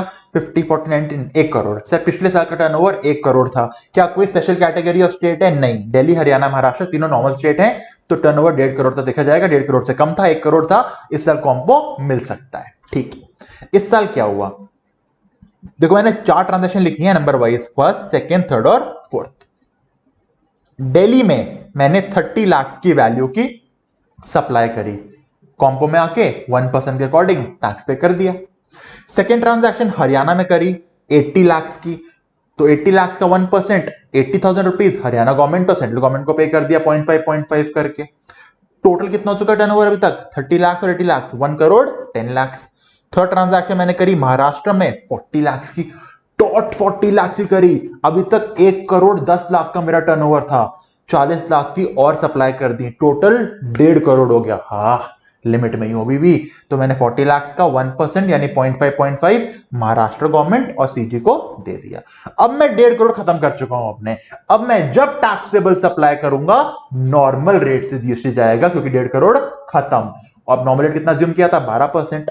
चौथी ट्रांजेक्शन मैंने करी दिल्ली में जाके 10 लाख की, तो इस पे 6% के हिसाब से दिल्ली गवर्नमेंट को एसडीएस 6% और 6% सीजी को पे कर दूंगा नॉर्मल चार्ज से ऊपर। समझ आया? ठीक है, इसको भी नोट कर लो। अब बच्चे एक बात पूछते हैं, सर आपने इसमें बोला था 1 करोड़ 10 लाख हो चुका था एग्रीगेट टर्नओवर, जो ये 40 लाख की सप्लाई थी, अगर ये 40 के बजाय 50 लाख की बिल होती तो मतलब मैं 1 करोड़ 10 लाख का सप्लाई कर चुका था इस साल। कस्टमर आया 50 लाख की शॉपिंग करने, अब मैं फंस गया। 1 करोड़ 10 लाख का मेरा बिल बन चुका है अभी तक का, 50 लाख का वो शॉपिंग और करने आया है। अब ये ऐसी शॉपिंग करने आ गया जिस शॉपिंग के अंदर ही मैं स्कीम से बाहर हो जाऊंगा, क्योंकि 1 करोड़ 10 हो चुका है, 50 के बाद 1 करोड़ 60 हो जाएगा और 1.5 पे मैं बाहर हो जाता हूं। तो मैं क्या बोलूं उसको? नहीं भाई साहब मैं खाली 40 लाख तक का दे सकता हूं सामान आपको, ये बोलूं? नहीं। तो अब मैं क्या करूंगा, मैं एक बिल के 2 हिस्से करूंगा बच्चे। मैं क्या बोलूंगा भाई साहब, देखो 1,10,00,000 में पहुंच चुका हूं, आप कह रहे हो 50 लाख की शॉपिंग करनी है, तो मैं आपको दो बिल दूंगा। एक वो बिल जो मुझे मेरे 1.5 करोड़ पे लाके रोक देगा, मतलब 40 लाख का बिल दूंगा। उस 40 लाख पे भाई साहब आपको जीएसटी पे नहीं करना, मुझे, मैं अपनी पॉकेट से दूंगा गवर्नमेंट को। पर जो एक्स्ट्रा 10 लाख की शॉपिंग अब आप कर रहे हो, जो मेरे को मेरे 1.5 करोड़ से ऊपर ले जा रही है, उस 10 लाख पे भाई साहब अब आपको मुझे जीएसटी देना पड़ेगा, क्योंकि अब मैं नॉर्मल स्कीम में आ चुका हूं और मैं आपसे लेके गवर्नमेंट को डिपॉजिट कर दूंगा। यानी मैं 50 लाख के उसको एक नहीं दो बिल दूंगा, एक 40 लाख का बिल जिसमें उसको कोई जीएसटी नहीं देना, मैं अपनी गवर्नमेंट को पॉकेट से गवर्नमेंट को दूंगा, और दूसरा 10 लाख का बिल जिसपे वो अब मुझे 12% का जीएसटी देगा और मैं वो जीएसटी गवर्नमेंट को डिपॉजिट करूंगा। समझ आ गया? ठीक है, ओके सर, ये पॉइंट भी क्लियर हो गया। अब सुनो एक नाइंसाफी। नाइंसाफी सर? हाँ, गवर्नमेंट ने रेट तो रख दिए, मैन्युफैक्चरर ट्रेडर के लिए 1%, सर्विस प्रोवाइडर के लिए 5%, रेस्टोरेंट केटरिंग वाले के लिए। पर हुआ क्या, गवर्नमेंट ने एक गेम खेल दी। गवर्नमेंट ने बोला मैन्युफैक्चरर भैया आपको 1% टैक्स पे करना है ना, किसका 1% करोगे? अभी बताया था अपनी स्टेट का, दिल्ली का बंदा दिल्ली में जितना टर्नओवर हो रहा है उसका 1% पे करेगा, हरियाणा का बंदा हरियाणा में जो टर्नओवर है उसका 1% पे करेगा, एंड सो ऑन। पर 1% ना टर्नओवर का पे करना है। टर्नओवर का पे करना है मतलब अब आप जिस स्टेट में काम कर रहे हो वहां टैक्सेबल सप्लाई करो तो उसका 1%, एग्जेम्प्ट सप्लाई करो उसका भी 1%। मतलब अगर आपने एग्जेम्प्ट सप्लाई करी जिसपे जीएसटी नहीं आना चाहिए था, उसका भी 1% गवर्नमेंट को देना पड़ेगा अगर मैन्युफैक्चरर हो। सर नाइंसाफी है, वही तो मैं कह रहा हूं नाइंसाफी है। यानी अगर मैन्युफैक्चरर हो तो 1% जो निकालना है आपको स्टेट टर्नओवर का, वो टैक्सेबल प्लस एग्जेम्प्ट दोनों का 1% निकालना है। सर ये तो गलत है, गवर्नमेंट कहती है हाँ गलत है, नहीं मानना मत मानो, जाओ नॉर्मल स्कीम में। नॉर्मल स्कीम में जाओ, सिर्फ टैक्सेबल टर्नओवर का पे करना 12-18% जो भी रेट होगा, तुम्हें आईटीसी भी मिलेगा, पर सारे रिकॉर्ड मेरने पड़ेंगे, सारी रिटर्न फाइल करनी पड़ेगी। गलत लग रहा था, जाओ नॉर्मल में, किसने मना किया है? पर अगर कॉम्पो में रहना है तो नॉर्मल के साथ साथ, सॉरी टैक्सेबल के साथ साथ एग्जेम्प्ट सप्लाई का भी 1% पे करना पड़ेगा। और सर्विस प्रोवाइडर जो थे ना रेस्टोरेंट केटरिंग वाले, उनको बोला भाई साहब जो 5% पे करना है ना आपके लिए भी सेम, टैक्सेबल करो तो उसका भी 5%, एग्जेम्प्ट करोगे तो उसका भी 5%। ये तो गलत हो गया। सेम चीज गवर्नमेंट ने बोली ट्रेडर्स को। ट्रेडर जो मैन्युफैक्चर नहीं करता, खरीद के बेचता है, भाई साहब 1% पे करना है ना, टोटल का पे कर दो। पर हमारी इंडिया की ट्रेड यूनियन बहुत स्ट्रांग है, उसने स्ट्राइक कर दी गवर्नमेंट के सामने, जाओ हम नहीं करते, हम नहीं देते, जाओ। गवर्नमेंट को थक हार के हार माननी पड़ी। गवर्नमेंट ने बोला ओके भाई साहब, ट्रेडर के लिए 1% सिर्फ टैक्सेबल का, यानी ट्रेडर एग्जेम्प्ट पे नहीं पे करेगा 1%, सिर्फ टैक्सेबल पे करेगा।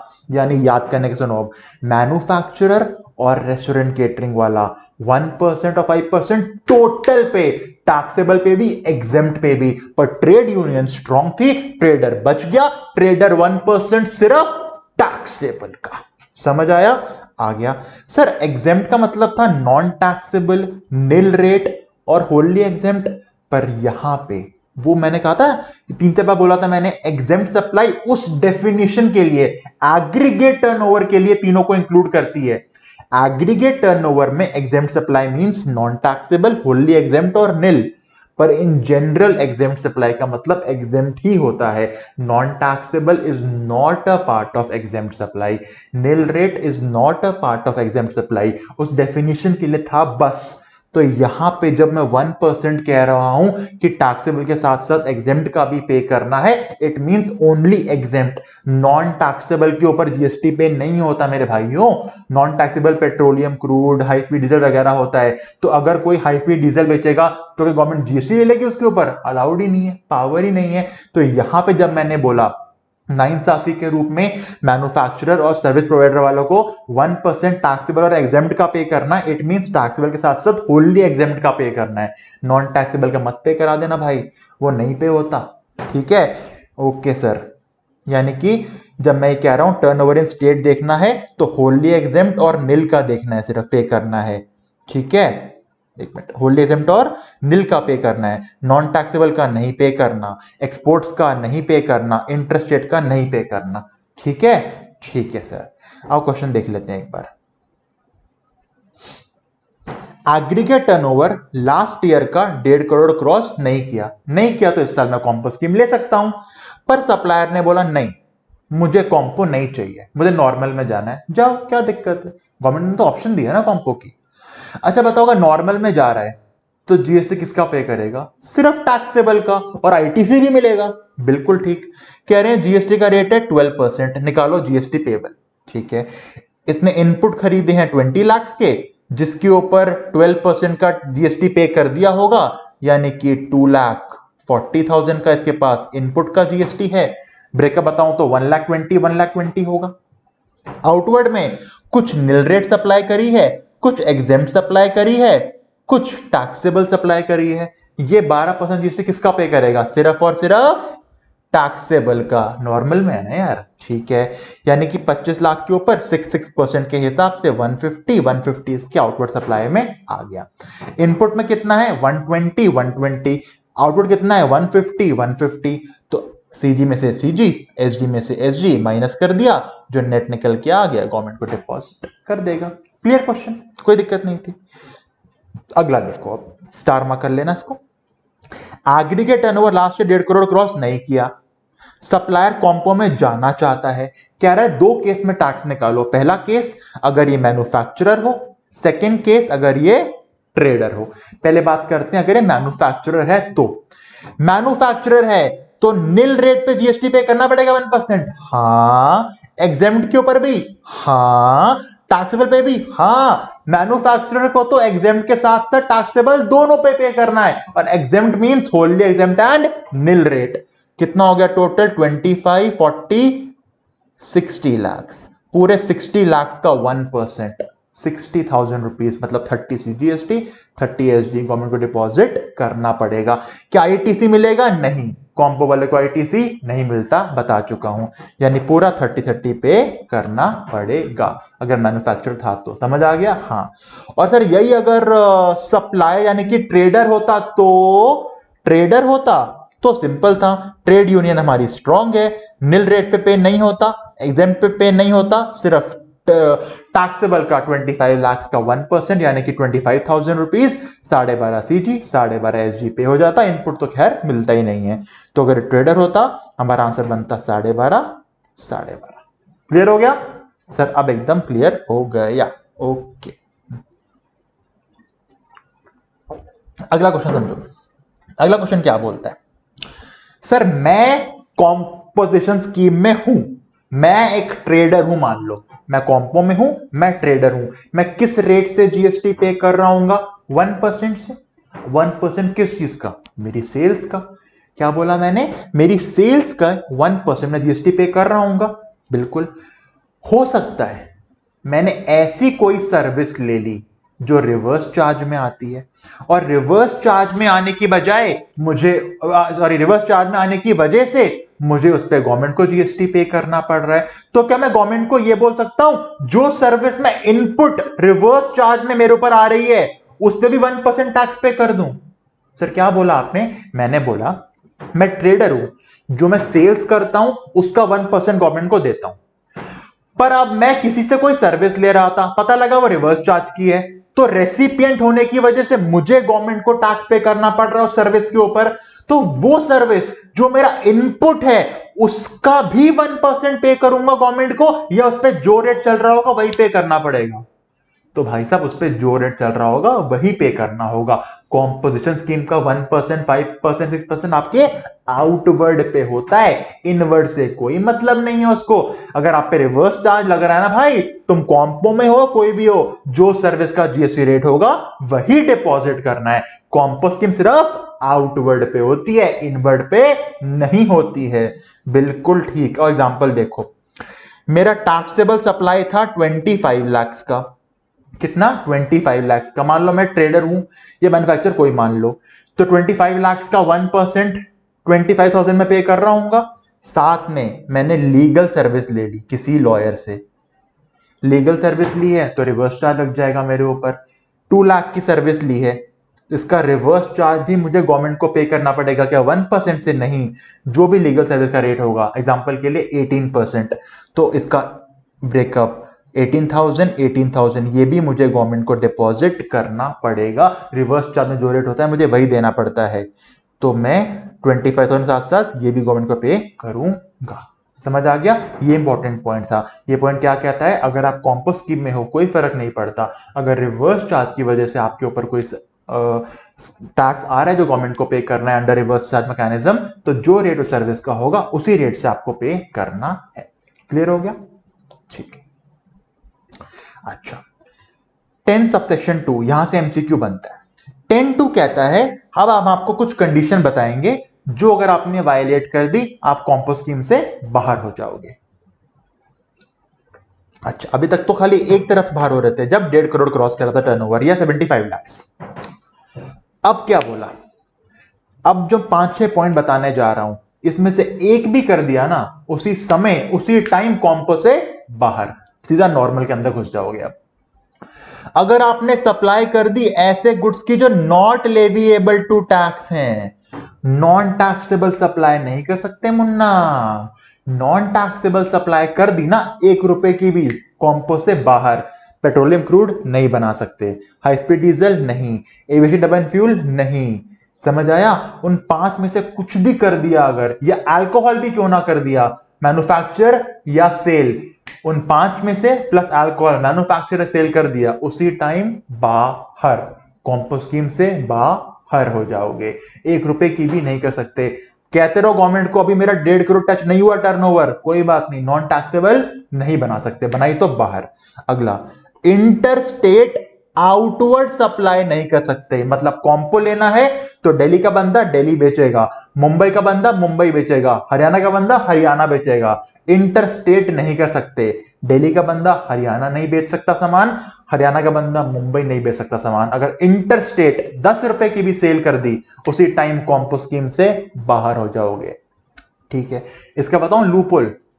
दिल्ली में टर्नओवर 40 लाख का था, हरियाणा से एक ऑर्डर आया, मैंने लगाया दिल्ली में अभी 40 लाख का टर्नओवर हुआ है, हरियाणा सप्लाई कर दी, स्कीम से बाहर हो जाऊंगा, इंटरस्टेट अलाउड नहीं है। हरियाणा में ऑफिस खोल लो एक, क्या दिक्कत है? दिल्ली में खोलो, हरियाणा में खोलो, मुंबई में खोलो, जहां जहां बिजनेस होता है वहां वहां खोलो, वहां वहां ले लो जीएसटी नंबर, अब कोई दिक्कत नहीं है। हरियाणा से हरियाणा बेचो, मुंबई से मुंबई बेचो, लूपहोल है ये, बिल्कुल। इंटर स्टेट मना है, बहुत सारी स्टेट में काम करो, क्या दिक्कत है? दिल्ली का दिल्ली बेचो, मुंबई का मुंबई बेचो, हरियाणा का हरियाणा बेचो, बस यहां से वहां मत बेचना वरना बाहर हो जाओगे। ठीक है? ठीक है। अगला, अगर आप किसी ईसीओ इलेक्ट्रॉनिक कॉमर्स ऑपरेटर के थ्रू सामान बेचते हो, फ्लिपकार्ट के थ्रू, अमेजॉन के थ्रू, ओला के थ्रू कुछ काम करते हो, अब बाहर हो जाओगे। गवर्नमेंट कहती है कॉम्पो स्कीम क्यों दी थी? कि तुम गरीब आदमी हो, तुम ईसीओ का सहारा ले रहे हो, इंडिया वाइड तुम्हारी रीच पहुंच जाएगी, अमेजॉन पूरे इंडिया में है, फ्लिपकार्ट पूरे इंडिया में है, अब तुम्हें क्या जरूरत है कॉम्पो स्कीम की? अब तुम बड़े इंसान बन गए हो, चलो खुद नहीं बने, किसी बड़े इंसान ईसीओ ने तुम्हारे ऊपर अपना हाथ रख दिया है, अब तुम्हें कॉम्पो नहीं मिलेगी, तुम बाहर हो जाओगे। ठीक है। अगर तुम मैन्युफैक्चरर हो, अभी तक मैंने कहा था मैन्युफैक्चर हर चीज का अलाउड है एक्सेप्ट 4, अगर इन 4 चीजों का मैन्युफैक्चर करते हो बच्चे तो तुम्हें कॉम्पो स्कीम नहीं मिल सकती। किस किस का? आइसक्रीम का, पान मसाला का, एरिएटेड वाटर का, टोबैको या उसके गुड्स का, इन शॉर्ट पिटा का।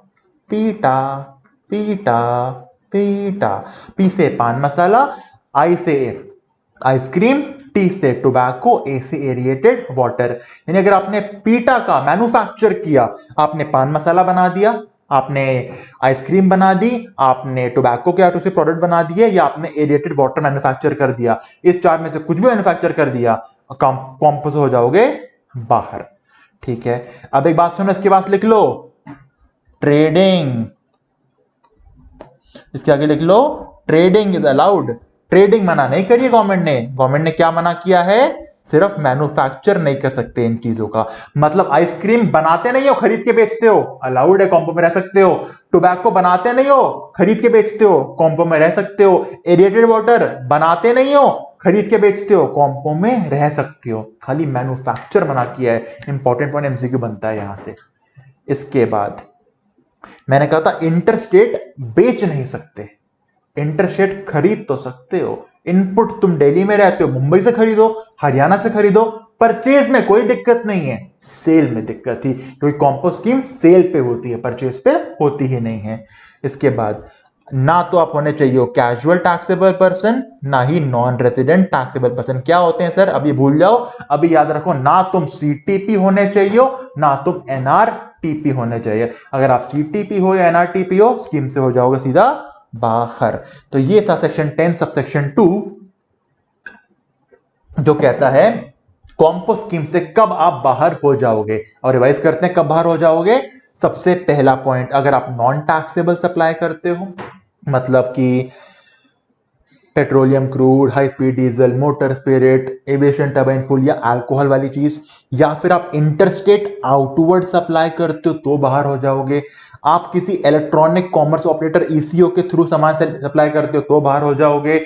आप मैन्युफैक्चर कर रहे हो अगर पीटा का पान मसाला, आइसक्रीम, टोबैको रिलेटेड वाटर, तो आप बाहर हो जाओगे स्कीम से। उसके बाद अगर आप सीटीपी हो, कैजुअल टैक्सेबल पर्सन, या एनआरटीपी और नॉन रेजिडेंट टैक्सेबल पर्सन, इसमें से कुछ भी हुआ तो irrespective of the turnover scheme से हो जाओगे बाहर।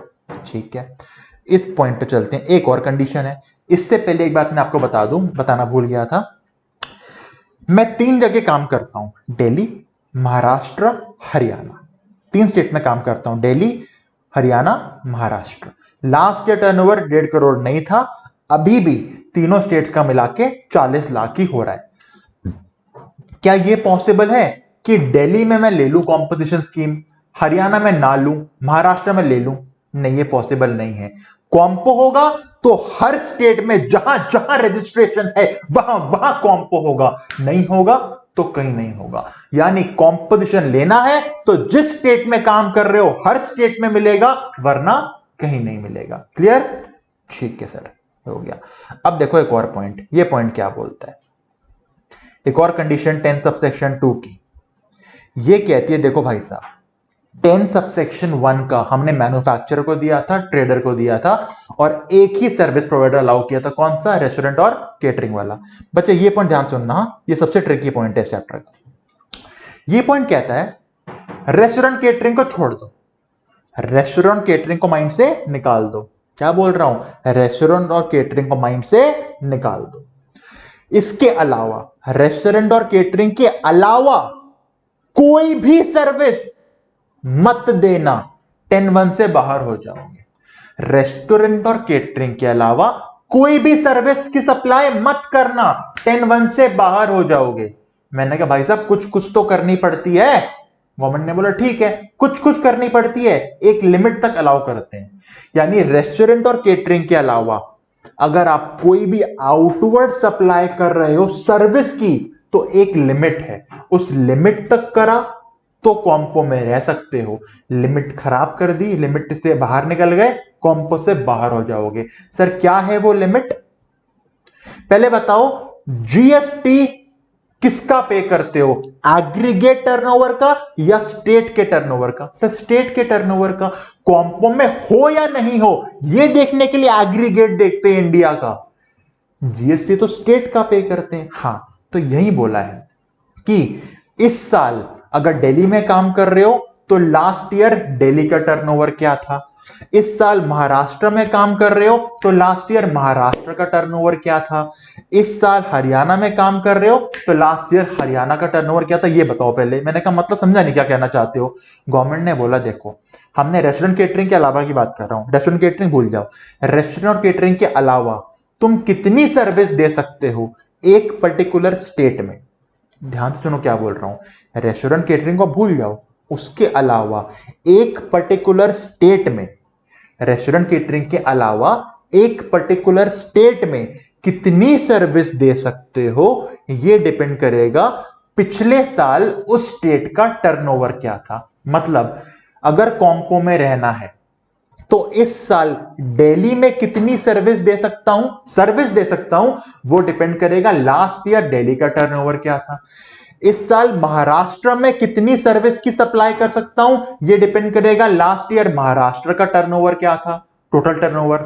इस साल हरियाणा में कितनी सर्विस दे सकता हूं, कॉम्पो में रहना है तो डिपेंड करेगा लास्ट ईयर हरियाणा का टर्नओवर कितना था, और जितना भी उस स्टेट का लास्ट ईयर का टर्नओवर होगा उसका 10% या फिर 5 lakh, whichever is higher. मतलब इस साल दिल्ली में कितनी सर्विस कर सकता हूं अगर कॉम्पो में रहना है तो डिपेंड करेगा लास्ट ईयर दिल्ली के टर्नओवर का 10% या 5 lakh, whichever is higher. इस साल हरियाणा में कितनी सर्विस दे सकता हूं डिपेंड करेगा लास्ट ईयर हरियाणा के टर्नओवर का 10% या 5 lakh, whichever is higher. एक क्वेश्चन कराता हूं और क्लियर होगा बच्चे आपको। देखो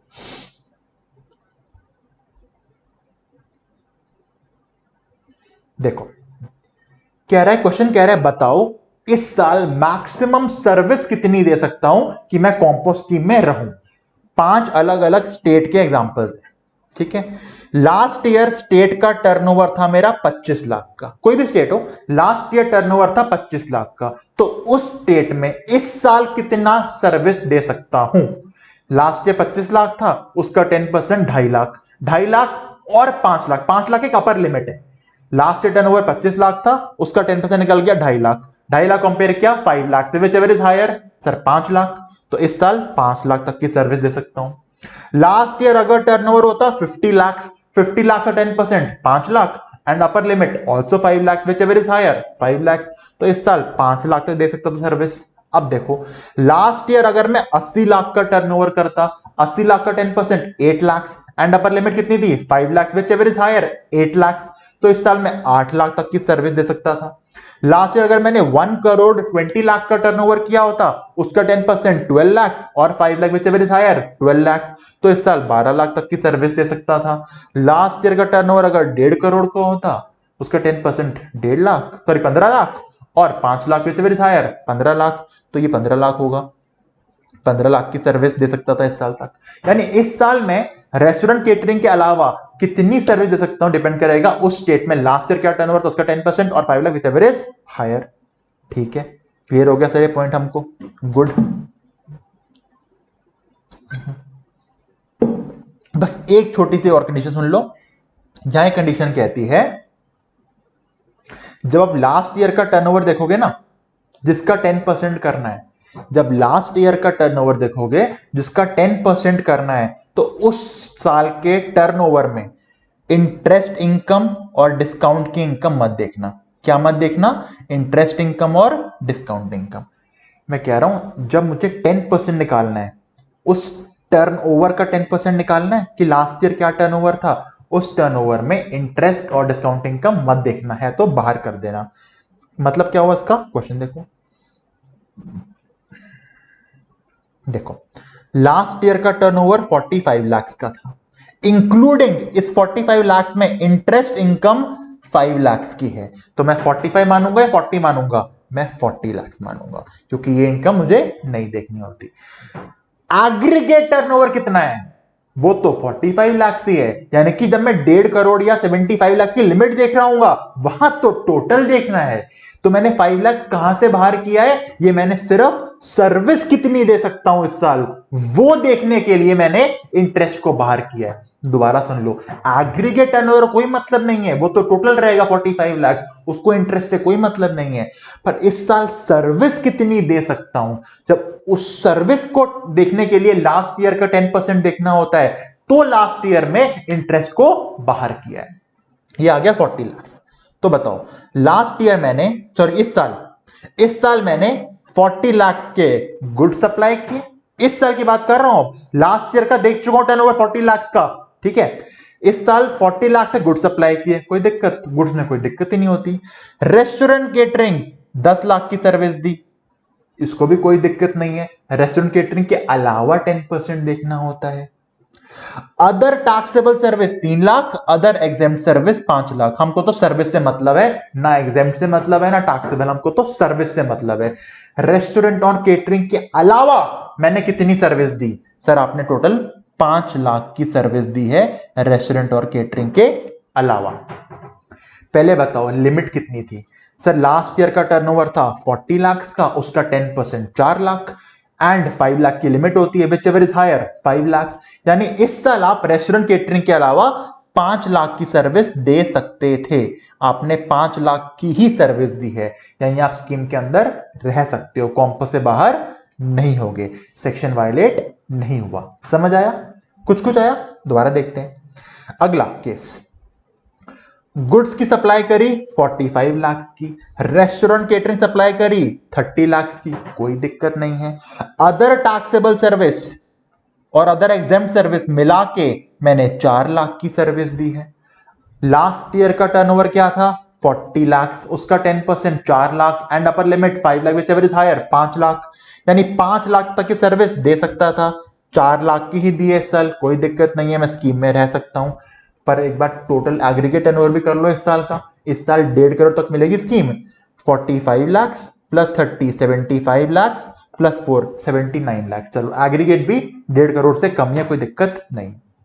अच्छा अगला केस, सेल्स गुड्स की करी 80 लाख की, restaurant catering 30 lakh, other services 8 lakh, 8 lakh की सर्विस दे दी इस साल रेस्टोरेंट केटरिंग के अलावा। लास्ट ईयर टर्नओवर था 40 लाख का 10% 4 लाख, या अपर लिमिट 5 बचे हायर 5 लाख, यानी इस साल 5 लाख तक की सर्विस दे सकता था, मैंने दे दी 8 लाख की सर्विस, लिमिट में बाहर हो गया। तो जैसे ही मैंने 5 लाख से ऊपर की सर्विस दी होगी ना, मैं स्कीम से हो जाऊंगा बाहर। अब जाना पड़ेगा नॉर्मल स्कीम के अंदर। समझ आया? अगला पॉइंट देखो, 95 लाख के गुड्स बेचे, 54 लाख रेस्टोरेंट केटरिंग की service, 3 lakh other service. Last turnover था 40 लाख, उसका 10% 4 lakh and upper limit 5 higher 5 lakh. 5 lakh तक मैं सर्विस दे सकता था, मैंने सर्विस 3 लाख की दी, इसमें कोई दिक्कत नहीं थी। पर इस साल का एग्रीगेट निकालना, सर 95 प्लस 54 प्लस 3, अरे सर 1.5 करोड़ से ऊपर हो गया। हाँ, क्योंकि 1.5 करोड़ से ऊपर हो गया, स्कीम से हो गए बाहर। सर्विस की वजह से बाहर नहीं हुए, एग्रीगेट 1.5 करोड़ क्रॉस कर गया तो स्कीम से बाहर हो गए। समझ आ गया? ठीक है सर। एक रिक्वेस्ट करूंगा आप लोगों से, पिछले 10-12 मिनट की क्लास जब ये सर्विस वाला पॉइंट शुरू हुआ था, रिवाइंड करके दोबारा देख लो एक बार, यहां कंफ्यूजन होता है बच्चों को, इसलिए कह रहा हूं दोबारा देख लो, प्लीज दोबारा देख लो, ठीक है? ओके, चलो अगला और बताओ पॉइंट। दिल्ली का टर्नओवर लास्ट ईयर 40 लाख था, तो इस साल दिल्ली में कितना दे सकता हूं सर्विस रेस्टोरेंट केटरिंग के अलावा? 40 लाख का 10% 4 लाख और 5 lakh which is higher 5 lakh. अगर 4 लाख सर्विस दी है कोई दिक्कत नहीं, कोई दिक्कत नहीं है। हरियाणा का टर्नओवर 20 लाख था, 20 लाख का 10% 2 लाख या 5 विच हायर 5 लाख, सर्विस दी है सिर्फ 3 लाख की, कोई दिक्कत नहीं, स्कीम के अंदर हूं। लास्ट ईयर राजस्थान का टर्नओवर 90 लाख, उसका 10% 9 लाख और 5 विच हायर 9 लाख, सर्विस दी है 10 लाख की, दिक्कत है? बिल्कुल दिक्कत है, बाहर हो जाऊंगा। और अगर राजस्थान से बाहर हुआ तो सबसे बाहर हो जाऊंगा। याद करो, कॉम्पो मिलेगा तो पूरे इंडिया मिलेगा, वरना कहीं नहीं मिलेगा। एक भी स्टेट में कोई कंडीशन पूरी नहीं हुई बाहर तो पूरे इंडिया से बाहर। ये था बच्चे आपका 10 सबसेक्शन 2 की वो कंडीशंस जो बाहर कर देती है कॉम्पो स्कीम से। कौन कौन सी? एक तो हो गई सर्विस का 10% वाला पॉइंट, नॉन टैक्सेबल कर दिया तो बाहर, इंटरस्टेट आउटवर्ड सप्लाई कर दिया तो बाहर, मैन्युफैक्चर कर दिया पीटा का तो बाहर, ईसीओ के थ्रू सर्विस दे दी तो बाहर, सॉरी ईसीओ थ्रू गुड्स बेच दिए तो बाहर, और लास्ट सीटीपी एनआरटीपी हो तो बाहर। तो जैसे ही बाहर हुए, अब याद करो 10(2)A दरवाजे खोले खड़ा है। 10(2)A याद है? 50 लाख तक का टर्नओवर, सर्विस प्रोवाइडर के लिए 6% जीएसटी रेट। वो कह रहे आओ मेरे पास आओ ना, मैं आपको सहारा देता हूं। 10(1) ने बाहर किया है, 10(2)A आपको बुला सकता है, पर लिमिट कितनी है टर्नओवर की? 50 लाख और जीएसटी का रेट 6%। तो सर जैसे 10 सबसेक्शन 1 की कुछ कंडीशन थी कि नॉन टैक्सेबल सप्लाई नहीं कर सकते, पीटा का मैन्युफैक्चर नहीं कर सकते, वगैरह वगैरह वगैरह, क्या 10(2)A वाली स्कीम की भी कंडीशन है? बिल्कुल कंडीशन है, और सारी कंडीशन एकदम सेम है। सर सेम है तो बनाया क्यों? क्योंकि यहां पे सर्विस के 10% वाली दिक्कत नहीं है। यानी कि अगर कोई 10 सबसेक्शन 1 से बाहर हुआ है सिर्फ एक रीजन की वजह से कि उसने इस साल लास्ट ईयर के 10% या 5 लाख से ज्यादा सर्विस दे दी है, मतलब कोई 10 सबसेक्शन 1 से बाहर इस वजह से हुआ है कि उसने लास्ट ईयर के स्टेट के टर्नओवर के 10% और 5 lakh whichever is higher से ज्यादा सर्विस दे दी है, तो वो 10(1) से निकल के 10(2)A में आ सकता है। उसके अलावा नॉन टैक्सेबल सप्लाई करी होगी तो ना तो 10-1 मिलेगा ना 10-2A मिलेगा। इंटर स्टेट आउटवर्ड सप्लाई करी होगी, ना 10 मिलेगा ना 10-2A मिलेगा। ईसीओ के थ्रू काम किया होगा, ना 10 मिलेगा ना 10-2A मिलेगा। मैन्युफैक्चर किया होगा पीटा का, ना 10 मिलेगा ना 10-2A मिलेगा। सीटी पे ना टीपी हो, ना 10 में मिलेगा ना 10-2A मिलेगा। बस सर्विस वाले पॉइंट की वजह से अगर बाहर हुआ होगा 10-1 से तो यहां पे आ सकता है। ठीक है, क्वेश्चन देखो। मिस्टर राघव ने बिजनेस स्टार्ट किया है टेक्निकल कंसल्टेंसी सर्विस देने का। इस साल बिजनेस स्टार्ट किया है सर्विस देने का। एक बात बताओ, बिना आगे पढ़े सर्विस देने का बिजनेस स्टार्ट किया है, क्या 10-1 में जा सकता है? नहीं, वहां से रेस्टोरेंट केटरिंग अलाउड था। 10-2A में आ सकता है? हाँ आ सकता है, 50 लाख तक आ सकता है टर्नओवर में, क्योंकि यहां लिमिट 50 लाख की है। एग्रीगेट टर्नओवर 20 लाख क्रॉस कर गया 1 अगस्त को, तो उसने रजिस्ट्रेशन करा लिया अंडर कॉम्पो स्कीम। ठीक है, टोटल भाई साहब ने 45 लाख का टर्नओवर किया, पर ये वो पहली बार है जब 20 लाख क्रॉस किया था, तो 20 लाख पे जीएसटी नहीं आएगा। 20 लाख से ऊपर कितना गया? 25 लाख। पहली बार मिलता है बस ये बेनिफिट। 25 लाख ऊपर गया तो 25 लाख का 6% जीएसटी पे कर देगा गवर्नमेंट को। समझ आ गया? बिल्कुल। अगला देखो, मिस्टर पवन स्टेशनरी सप्लाई करते हैं, ट्रेडर है। 30 लाख के गुड सप्लाई किए, ओके। 6 लाख की कोई सर्विस दी। अब कोई सर्विस है, रेस्टोरेंट केटरिंग नहीं बोला ना, तो मानना भी मत। कितनी दे दी? 6 लाख की। लास्ट ईयर पिछले साल का टर्नओवर 55 लाख का था। अरे यार, लास्ट ईयर टर्नओवर 55 लाख का था, उसका 10% 5.5 लाख और 5 lakh whichever is higher 5.5 lakh. इस साल 5.5 लाख तक की सर्विस दे सकता था रेस्टोरेंट केटरिंग के अलावा, 6 लाख की दे दी। हो जाएगा बाहर 10-1 से। क्या 10-2A में जा सकता है? Answer is no. क्यों? लास्ट ईयर का टर्नओवर 55 लाख था और 10-2A की लिमिट ही 50 लाख की होती है, तो ना तो 10-1 मिलेगा ना 10-2A मिलेगा। जैसे ही 6 लाख की सर्विस हुई, जैसे ही 5.5 लाख से ऊपर सर्विस दी इस साल, उसी टाइम कॉम्पो से बाहर चला जाएगा नॉर्मल स्कीम के अंदर। क्वेश्चन कहता है क्या आपका आंसर बदलेगा अगर लास्ट ईयर का टर्नओवर 45 लाख होता? बिल्कुल। अगर लास्ट ईयर का टर्नओवर 45 लाख होता तो इस साल 10-2A का कॉम्पोजिशन मिल जाता, क्योंकि अभी इसका टर्नओवर सिर्फ 36 लाख हुआ है इस साल, जो कि 50 से कम है, और लास्ट ईयर 45 लाख था, 50 से कम था, तो 10-2A का कॉम्पोजिशन मिल जाता है इसको। समझ आ गया? इस क्वेश्चन को दोबारा देख लो। 10-2A एग्जाम में आ सकता है क्योंकि न्यू स्कीम है, तो फिर रिक्वेस्ट करूंगा 10-2A को दोबारा जाके देखो एक बार। ठीक है? ठीक है, आपको इंपॉर्टेंट पॉइंट्स देख लो। जिस दिन आपका टर्नओवर 1.5 करोड़ 75 लाख या 50 लाख क्रॉस किया, उसी टाइम कॉम्पो से बाहर। कॉम्पोजिशन का बंदा सामने वाले रेसिपिएंट से टैक्स कलेक्ट नहीं कर सकता, अपनी पॉकेट से देना होता है। 10-1 का 10-2A का कॉम्पो का तो है ना। क्या आईटीसी मिलता है? आईटीसी भी नहीं मिलता है इसको। बिल्कुल ठीक। अगर इंडिया में एक जगह कॉम्पो में हो तो क्या हर जगह रहना पड़ेगा? हाँ। अगर दिल्ली में हो कॉम्पो में तो पूरे इंडिया में जहां भी करा रखा रजिस्ट्रेशन, हर जगह कॉम्पो स्कीम में रहना पड़ेगा। ठीक है सर।